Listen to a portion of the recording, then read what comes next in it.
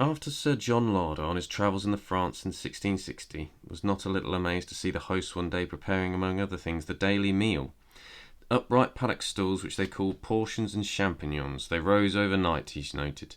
It grew in humid, moist places, as in Scotland. The French fried them in a pan with butter, vinegar, salt, and spice, and ate them greedily, surprised that they did not eat heartily of them, as he did. But my prejudice hindered me. Lauder rather ruefully admitted, more than a century later, Dr. Joseph Black and his friends Dr. James Hunton and the Service of Free Objective Inquiry set out to overturn a similarly narrow dietary procedure.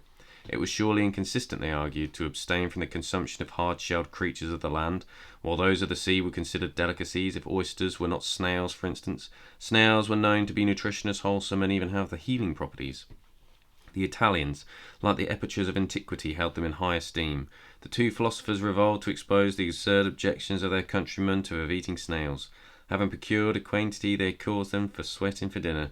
No guests were invited to the banquet, and the snails were served.